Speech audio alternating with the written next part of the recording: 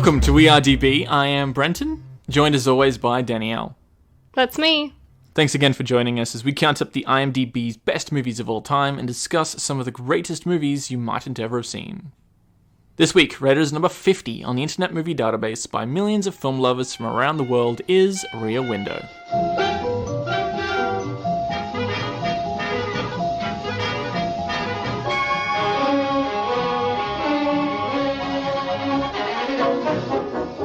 Released in 1954, starring James Stewart as the lead, Rear Window is a mystery thriller set in Greenwich Village in Manhattan, New York. Based on the 1942 short story by Cornel Woolrich from 1942 titled It Had to Be Murder, Rear Window is produced and directed by Alfred Hitchcock. That kind of gives it away, doesn't it? It Had to Be Murder? Yeah. Yeah, I like Rear Window better. I think it's more fitting. Hopefully I didn't spoil anything just then. I mean, it's like a 70-year-old movie. So we have discussed Alfred Hitchcock's work previously on the episode on Psycho, and even James Stewart's work in It's a Wonderful Life episode, so if you want to hear more about those, I recommend those. So there was a remake to this in 1998 with Christopher Reeve as the guy, and I think it was like a made-for-television movie. I don't think it was very good. And do you remember that Shia LaBeouf movie, Disturbia, that we watched? Mm-hmm. That's a modern retelling of this, and I actually really quite like Disturbia. I've seen it a bunch of times. Okay. Not nearly the same. I mean, I see how it is, but yeah, because his idea is he's on house arrest, so does he have a camera? Yes. Or does he just have binoculars, and then he looks into his neighbors' lives and finds out that one guy's a bit shady? No, I think he does have a camera, and he's using it in the same way that Jeff is using a camera. Yeah. Not to take pictures, but to see. Because then he's got his girlfriend that comes over and they start, like, interpreting the neighbors as well. So it's a very similar sort of thing. Interesting how you can take one idea and spin it off into a bunch of different things, like from the same premise. Yeah, we actually mentioned that quite a lot on Psycho. So you hadn't seen this before. Nope. So what did you think of it? I liked this one better than Psycho. I think I do too. I've seen this one before. This is the second time I've watched it. I think this is my favorite movie from like pre-1970. Best movie of the golden age that I've seen. I really like it. It didn't feel like old movie trope-y. You know what I mean? Yeah. Like, it didn't feel like, here's the music that lets you know that this is an old movie, and here's the cinematography and the style of acting. Like, it felt like I was watching any other story that was set in the 50s. I think that is credited to Alfred Hitchcock because he was very much ahead of his time. So he was doing things that didn't make his movies necessarily feel like stage plays or that they were just reading lines. Like, he really got the best out of the people he was working with. See, but even Psycho felt old. And that was nothing to do with the fact that it was black and white. Okay, and that was actually made after this. Was it? Yeah. Oh, it was 6 years after this. I like this a lot better. It was the music in Psycho. Yeah, I can see that. And maybe I'm biased because I'm used to that sort of music being used in situations that are like, this is old. You know, like it... I don't know. Anyway, no, I like this one better. This is very much like a one-set kind of movie, which is interesting. Like a bottle episode of a movie. And I don't know... It's similar to 12 Angry Men in that way. I think a lot of the movies that were based on plays had that one sort of set. There's not much to talk about with this. Like, it's just exploring, like, the way that people are and the way they interact with each other in public and not in public, and exploring kind of the ethics surrounding, like, looking at your neighbors, you know what I mean? Yeah. I thought it was a very accurate depiction of the way that people actually would behave and would think when about the way houses? Other people are behaving. Yeah. And the way they interact together. Well, I think the best thing about this movie is the character being able to read the stories of his neighbors around him, and Hitchcock being able to tell those stories purely with visuals and body language and facial expressions. Because you first see you've got one of his neighbors are newlyweds, and you can tell that they're newlyweds. You can tell where they are in their relationship just by him watching them through the window. You've got the musician, where you get a pretty good idea that he's depressed and lonely, even though he's got lots of friends around him. He's not physically lonely. He's just a sad person, you know? And you can tell that just from the way he walks around his apartment and interacts with people and the music he plays. You've obviously got, what did he call her? Mrs. Lonely Hearts? The lonely Miss older Lonely lady? Heart. Miss Yeah. Lonely Heart. And you can tell what is important to her and what she wants just from watching her. So I think there's a lot of things here where it's really interesting to watch. The way he depicts people. Yeah. Yeah. There's the socialite ballerina, and even Lisa, she's interpreting what the dancer's motivations are and what she's interested in just from watching her from a distance. So it's really quite well constructed in that way.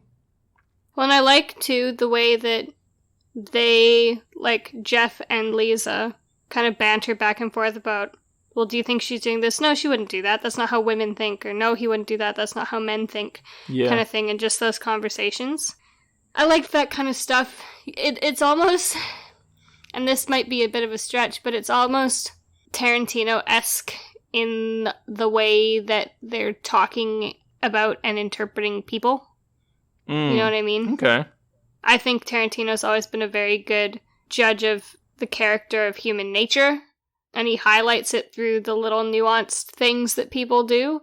And I think this movie also does that. It highlights those nuances that we don't tend to focus on so much. And that's what makes it believable. Well, even the couple who sleeps outside because it's too hot. They're in the middle of summer, so they go and sleep out on the fire escape. That's what I interpreted from that anyway. That's something that he didn't have to add in there, but he added it to the characters. So you get a sort of sense as to who they are as people and what their relationship is. And I like that. It's one of the most enjoyable parts of the movie for me, is watching the main character interpret what are all his neighbors doing and who they are. And I think it's actually really great production design or set design. What's the word I'm looking for? To be able to Probably set design. Set design, yeah, in order to show all these different perspectives to the main character just from him sitting there at his rear window. And he could have done it just by having a grid of an apartment building across from him, and he looks in every one of the windows. But every one of his neighbors has a different character to the place that they're living in, and the windows that he's looking into their lives in. It's a bit unrealistic that he's going to see all of these things from a single perspective in a courtyard, but I think it's really great design in order to create that visually. Just by turning your head from the single rear window, you're going to see all of these different aspects, you know? It's really well done, because you can even see into the street across the courtyard. And they're not actually in one building. They're in 3 separate buildings from him. Yeah, so it's a courtyard of 4 houses. Yeah, and I thought that was quite accurate, because, like, this is New York, and they would have all gone up at different times. You know, like, it's New York, it's old, it's not cookie cutter like a lot of newer places are, so it didn't feel inaccurate. You know what I mean? It felt very lived in, yeah. Yes. It's got character to it. Yes.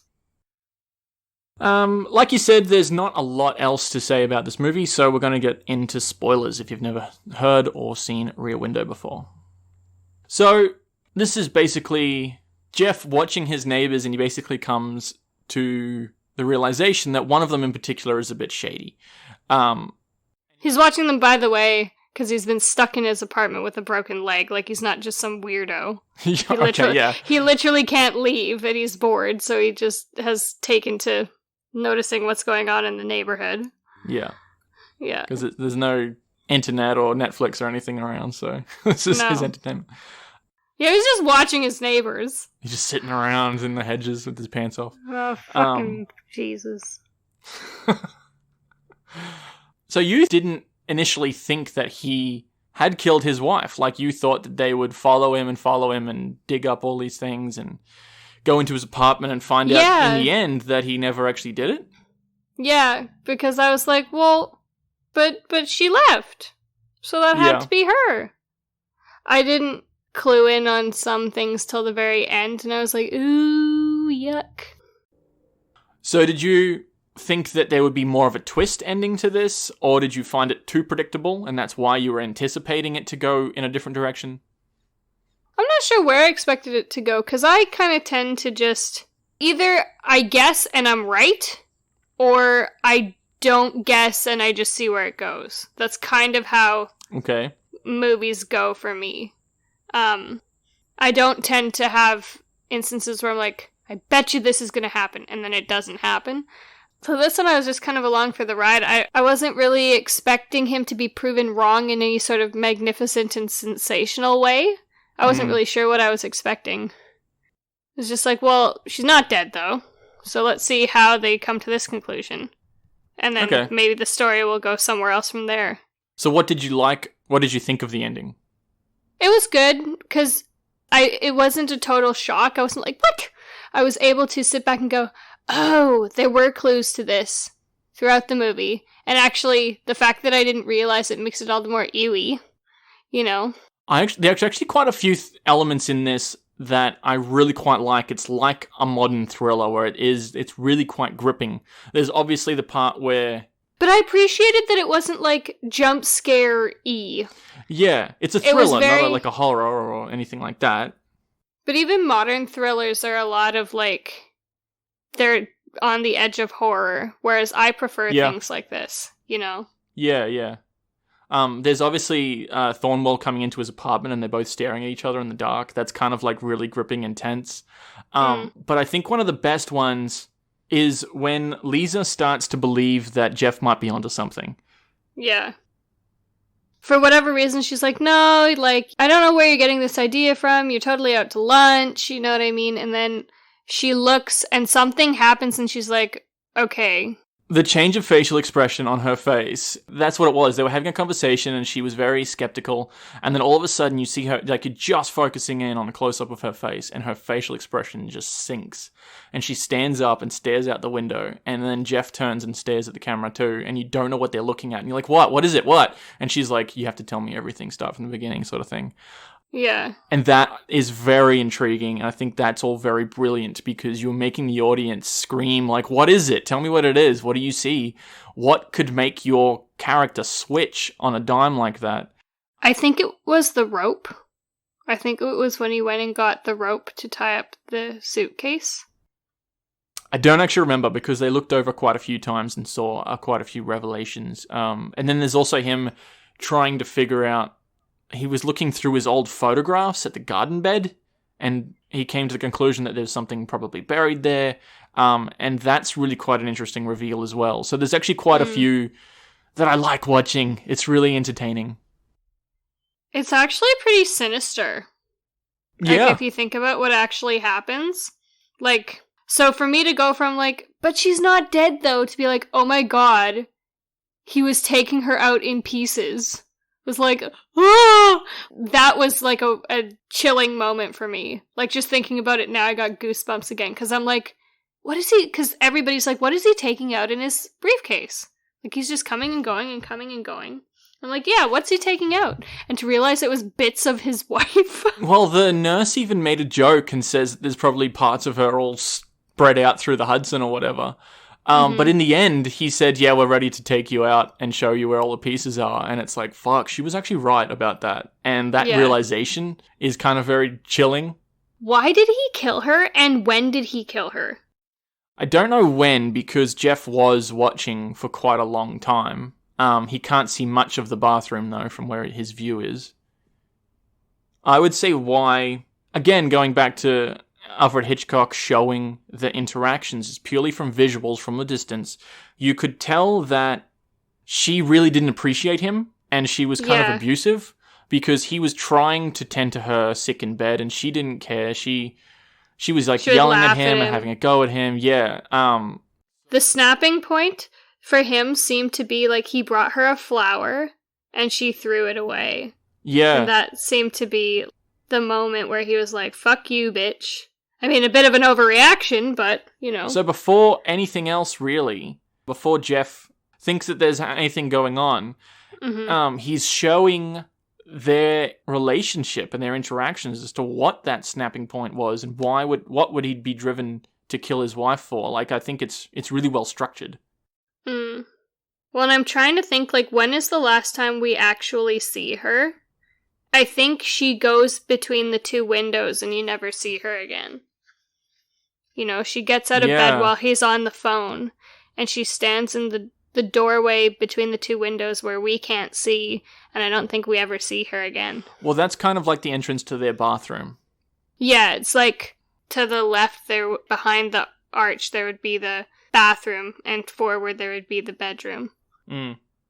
What I don't understand is the detective said that witnesses saw a woman get on the train. And we see a woman leave the apartment. Jeff doesn't because he's sleeping, but we as the audience do. Oh, so, you know what? I'm just thinking about what actually happens in Disturbia, which is the retelling. The killer dresses in women's clothing and drives their cars away so it looks like to any witnesses that a female has left the building. So that must be what's happening here. He must be dressing up. Because in that movie, he has wigs and stuff. No, because you see them both. You see two people. You see him and a woman. And witnesses report him and a woman. Well, I don't know. That's my question. What is that? Because there was even reports that the package had arrived where he was sending it. Someone actually got off the train where it was going. He was making long-distance phone calls. All of that, I'm a little confused about. Who was he contacting? Who was doing all that? Lisa thought he was having an affair. Right, but he wasn't, so I'm just asking.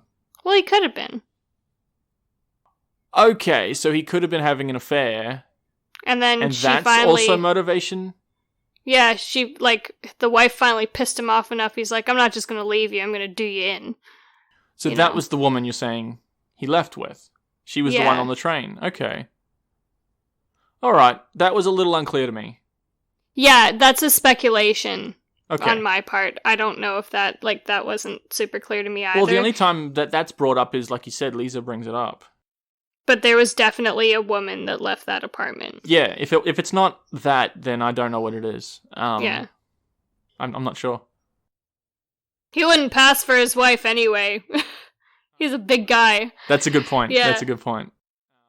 Can I just say that if someone asked me what the definition of beauty is, I would point them to Grace Kelly in this movie. She is just remarkable in every scene that she's in. She's always dressed like she's going to a ball or something. Is that just a product of the times? Like, she's always just, like, beautiful. Well, because this is set in the present day, right? Like, in this the 50s, is set yes. in their present day.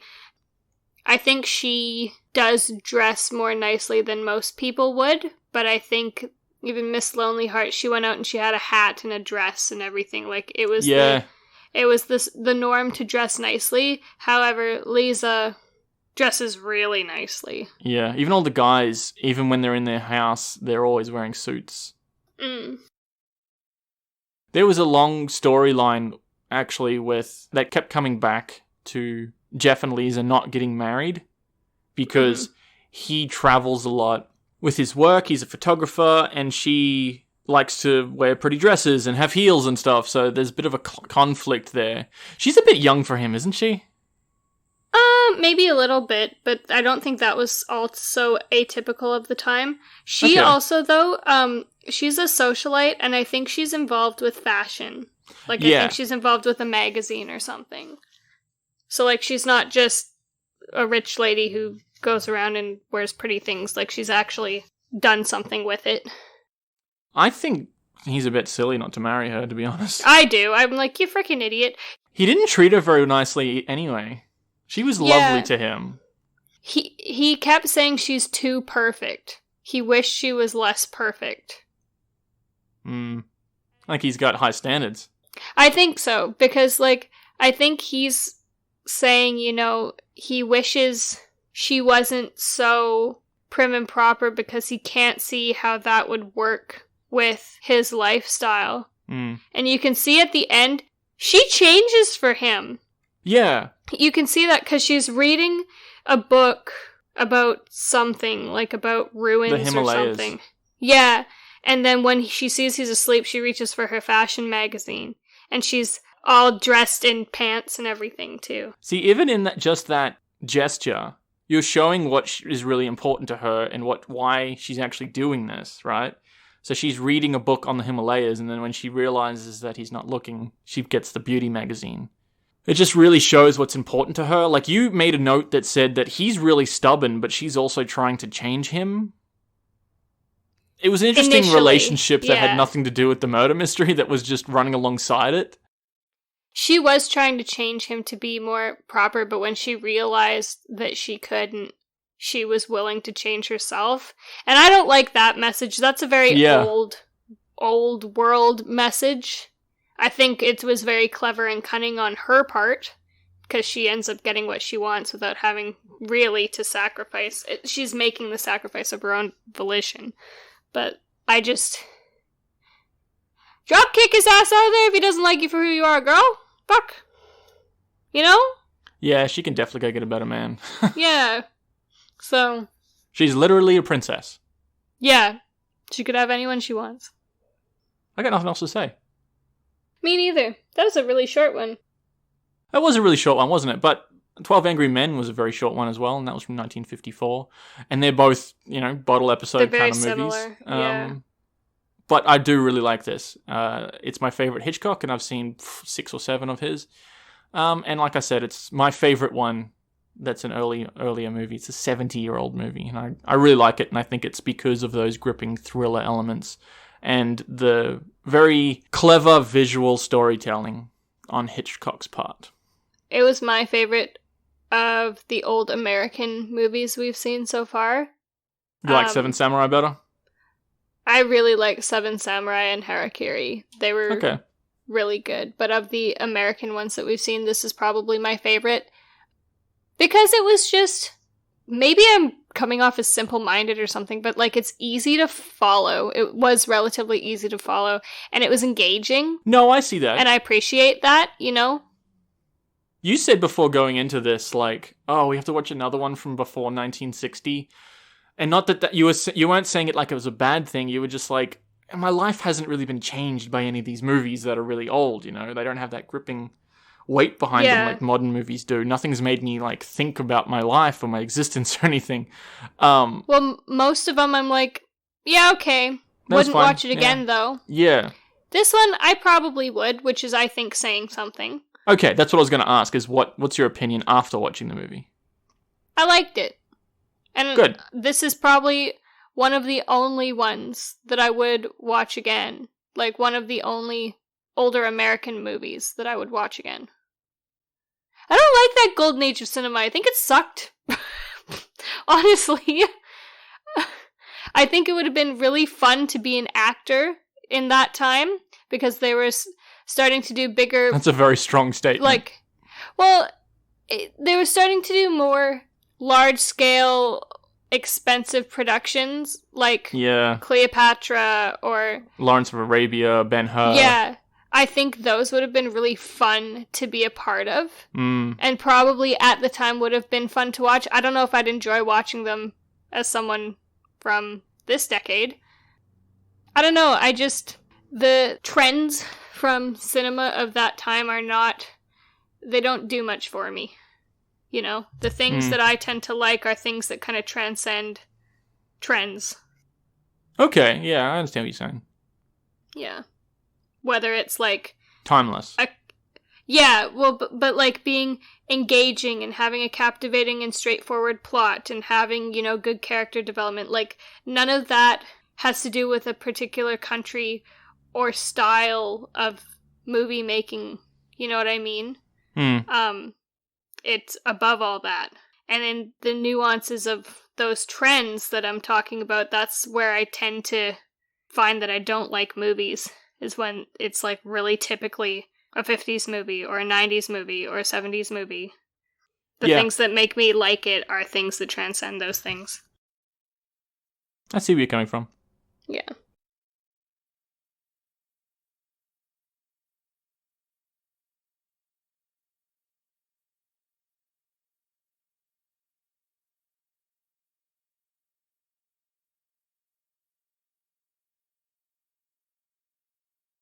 We have been Danielle and Brenton this week. Thanks for joining us. Feel free to subscribe wherever you get your podcasts. Check us out on all the socials. We're most active on Instagram. You can follow us on Facebook, comment on SoundCloud or YouTube, or support us on Patreon. And until next week, thanks for listening. And actually do go listen on SoundCloud and comment, because I don't think anyone fucking does. SoundCloud is one of the least popular ones. YouTube's reasonably popular. Well, comment. Comment on YouTube. Reach out on Instagram. And rate on iTunes. That helps. Yeah, do that.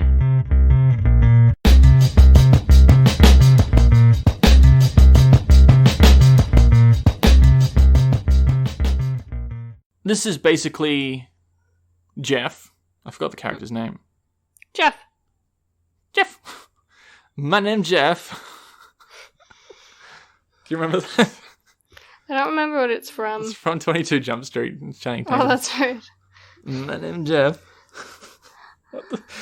God, I'm losing it. I need coffee.